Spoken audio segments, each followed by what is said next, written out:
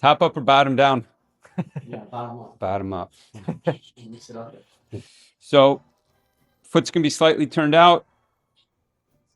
Left hand's on the wall. Right foot's in.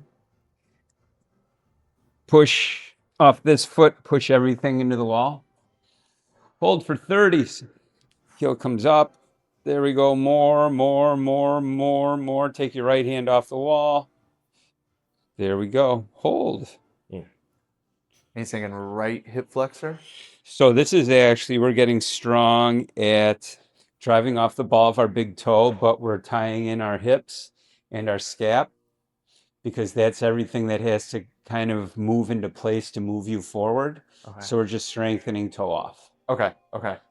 Which we're going to put to movement here in a little bit. Heel's going to stay inside the ball of big toe because we want to strengthen that movement. Perfect world, he's going to bring the scap down and in. Hey. Time switch. Same concept. So make sure hip goes forward when you kick up.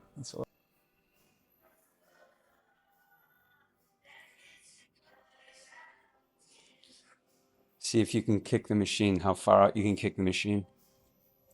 There we go. So again, I'm just challenging how to get to the big toe while using intramuscular hips. Okay. So you're working that scissor motion. So one's extending, one's flexing. Whereas in most exercises, we just do one or the other. Yeah. But really, your stride power and stride length comes from this hip to hip point moving forward. And I think that's probably the most important thing, or second most important after feet. Okay. To get running speed. Yeah. So that's going to be a constant theme through everything we do.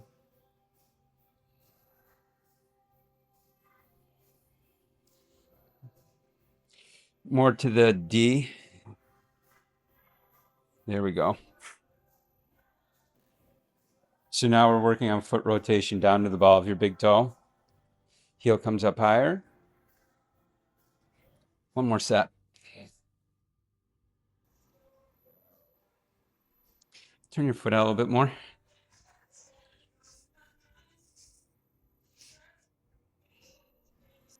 I think you mentioned it earlier, but you're particular on the toe being slightly out? Slightly out. Okay. At 11 o'clock or 1 o'clock. Okay. Just because that's what every elite sprinter does. Yeah. Every elite sprinter comes off the ball of their big toe. Yep. Now do big toe calf raises on the green ramp. So now we're just going to do first ray. So just as big toe is up on the ramp. You called this what? First gray? It's just a big toe extension. Okay. How much of your workout do you think is, I mean, you already mentioned feet number 1, and then the scissoring action number 2. How much of your workout is around the feet? Most of it. I mean, I tie it into everything. Yeah. Because I want to rep out your normal daily life where people don't walk like this and come to their big toe. Yeah. I want to continually strengthen that. Okay, so now we're going to change this one up, Ty. So now we're going to move up to hips. Okay, so this is kind of like, I call it the baby Yuri. Okay. So foot's going to go in. And so our first level is just going to be engaging this hip here to get your glute to bring your hip forward. Okay. So it's a butt exercise, and we'll gradually rotate foot out and bring hip through. Okay. So again, this is kind of like the warm-up or the primer for this.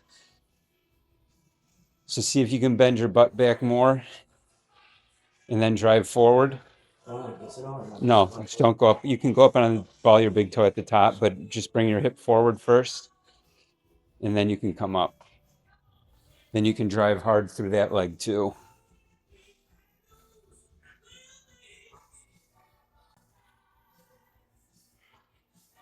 Good weight or more? A lot of butt? Yeah. whole Good. action of sprinting in your hips. Yeah. You can do squats, you can do whatever, but if you can't turn your hips and rotate your hips, you're going to be very two-dimensional when you sprint, and really the magic is three-dimensional. Yeah. So that's all I'm focusing on here before I rip his hip flexors off.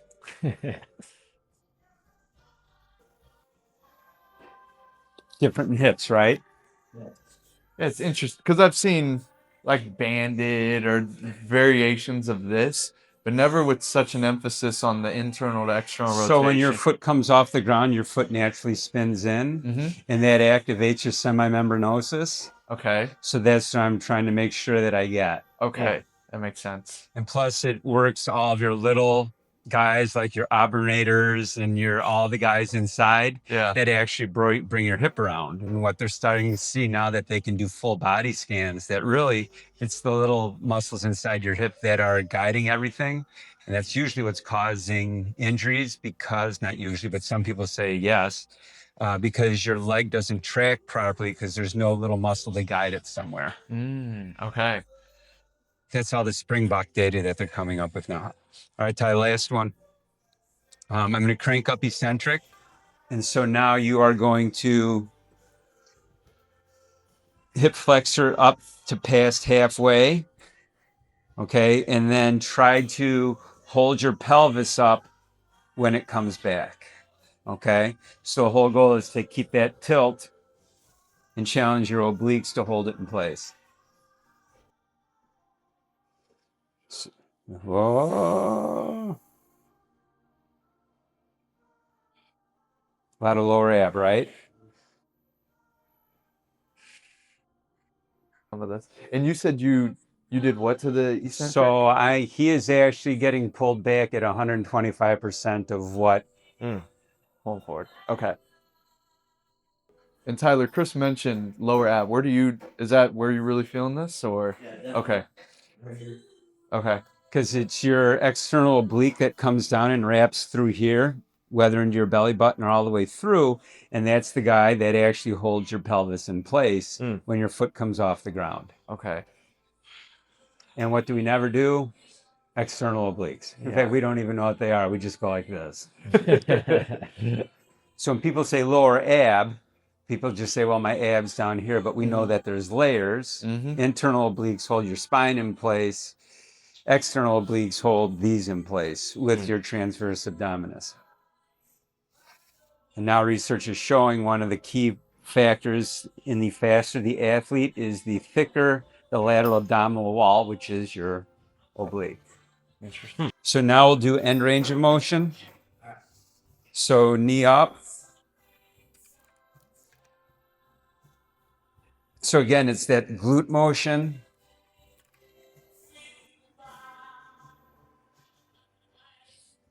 So start with a high knee. Come all the way up. Now just tilt your pelvis back and forth and try to hold that knee up position.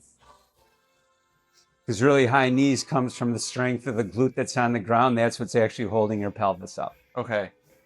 A lot of ab, right? And glute. So we're getting obliques in the air for the leg in the air, glute on the leg of the foot on the ground. Because that's what happens when you sprint. Glute controls what's on the ground, obliques control what's in the air. Generally speaking. Sure. So a lot of ab, a lot of hip flexor, right? And a lot of glute. So now I'm going to put a brake on the machine. So it can only go so fast. So I'm creating force. Okay. Okay. So his first step is going to be rec fem, which is the middle muscle, right? And he likes force. So we're going to keep your foot straight and just drag that leg forward. Okay. Yeah. Just do 5. So whenever you put the speed brake on, it's high force. You only do 3 or 4 reps because the time under tension is so long. Let me do this. So now you can see exactly how much force he's going to create. And what's the speed cap at? 0.4 meters a second. So a max lift happens at 0.3 meters a second. Yeah. Powerful, like power clean, happens at 0.8 meters a second. So you just put the brake on here And force is moving something that can't move, right? Mm-hmm. So that's what we're doing here. Yeah. Does everybody have their own profile on this? Is that Yeah. okay? I gotcha. It's just this is basic stuff, so I just know where he's at. Sure. So now he's gonna flip around and do semi-tendinosis and just do like a leg pull through. And now we're working hip range of motion at 60 degrees as well as semi-tendinosis. The semi-tendinosis and the rec fem are the two muscles that research has shown is the most dominant in your thigh. Okay. And this is gonna be at the same speed. Same speed. So I'm working all force now. Yeah. Because we're not going out running. Sure. We're not going to move fast. I do all force dominant movements Okay. when we're going to start to work on power. So on days where it's warmer, we go out and sprint. We're actually the other end of the spectrum of how fast that limb is moving. Again, you can see just how much force he's creating with each rep.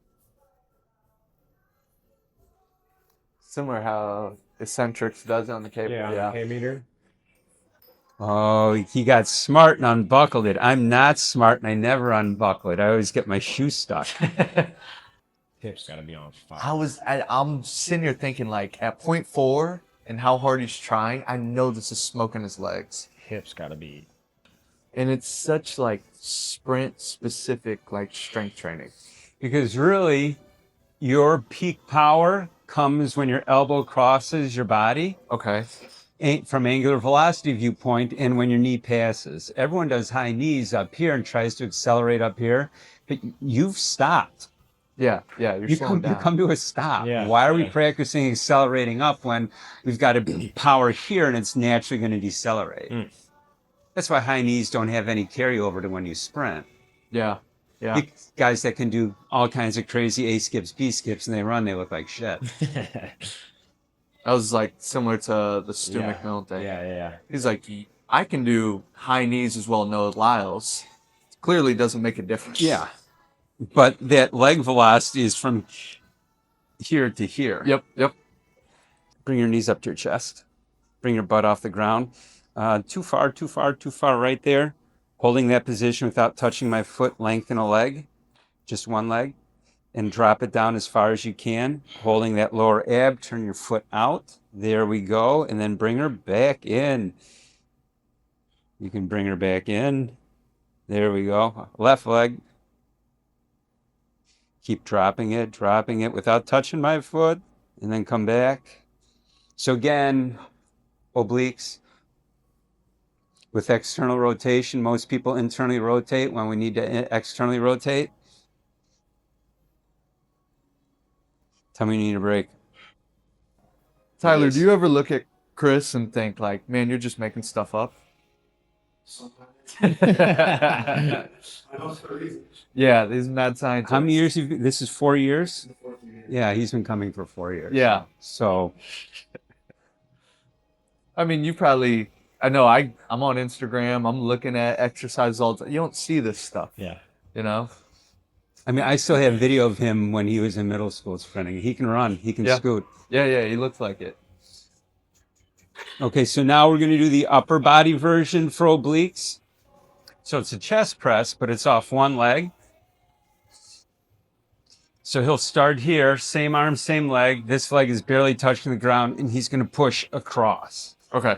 And once you push across, he's going to come back nice and easy. He's going to feel that in the top half of that external oblique. You feel that here. Put a lot less weight on your left leg. Once you have 2 feet on the ground, your obliques don't have to do any work. You've completely disengaged them. So take that left leg and barely put it out in front. So put all your weight on your right leg. Barely toe touch. Put 1% of your weight on that foot. Take your toe like that. Now punch across, chest up, shoulder down, and push over here. Now do you feel through there? Yeah. I am stronger than you. A lot of oblique, right? And how much experimentation on your part has it taken to figure out exercises like this? A lot. Yeah, the 20-some years or whatever, yeah. Plus, I have all this in my basement. I Yeah, just come down here and play. Call to work out. yeah. Want to switch sides? And it's pretty clear from how just talking in the 40 minutes we've been here, like how much research you read on this stuff. Yeah, I read a lot of research. Yeah. You still pay your kids to experiment with you, or are they a little Yeah, they're a my little kids past are that old. age? This might be a little off topic, just because I was resting. How often does this get used? A lot. So people can walk out of here when they're done working out. We use that for all of our hamstring work. Like just as support or? Yeah. Okay. All right.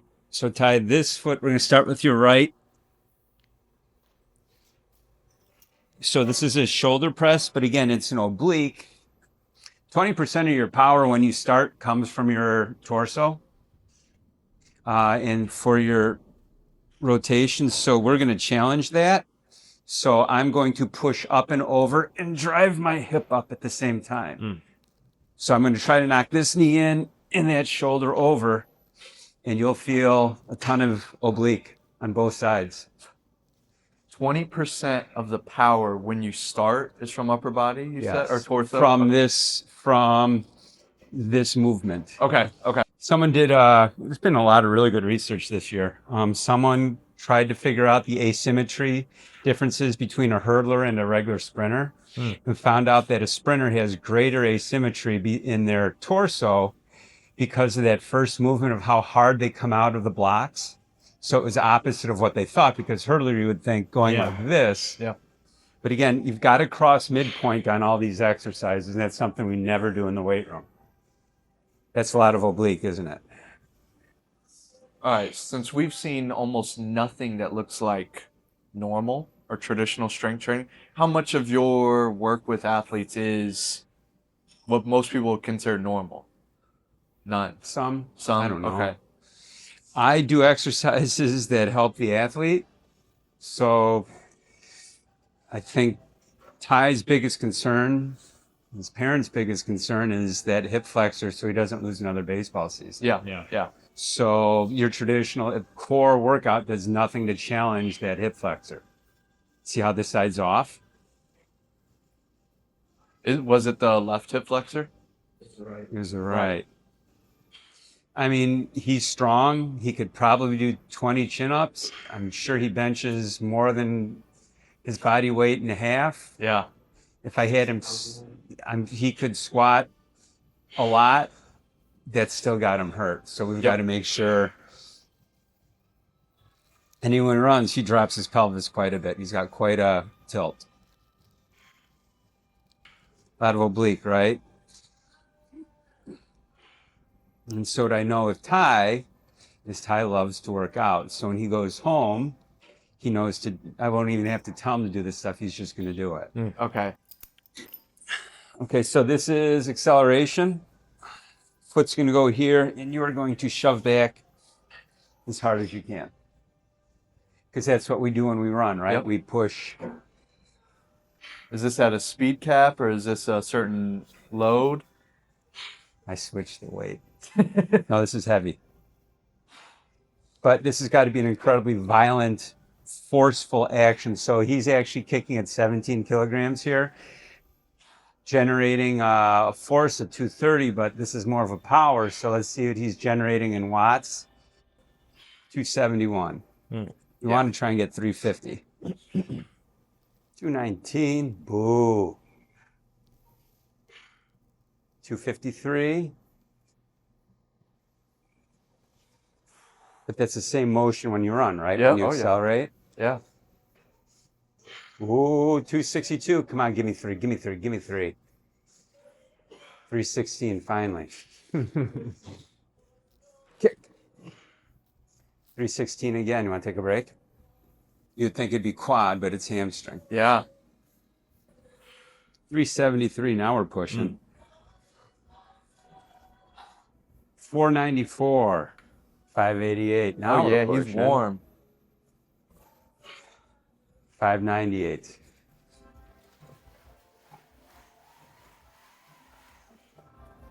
Are we just taking that, making it more dynamic, or? Like a sled run. Okay. Yeah, Gotcha. same concept. You're pushing back. Okay. And as you mentioned that On weight room days, it's more force. I mean, obviously more force dominant. Is that really how it works for you? If it's sprinting, you're trying to really work the velocity side, and in the weight room, it's all force side. Mix some Okay. power. Okay, gotcha. Whatever the weather does is kind of what I work on. I do the opposite. Yeah. If I can get out and run, I'm going to get out and run. So he does a really nice job getting his shins down and getting good horizontal drive. This one, you want toes still pointed out slightly, like 11 and 1 o'clock. Yeah. Is there a point where it ever becomes excessive to you? Like No, well, some of the elite guys are really far out. Okay. Because they live on the instep of their big toe. But again, he keeps his heels nice and high the whole time. Yeah. Shins down. Yeah. Well, Good luck with that. Yeah. see you next Yeah, time. that was awesome.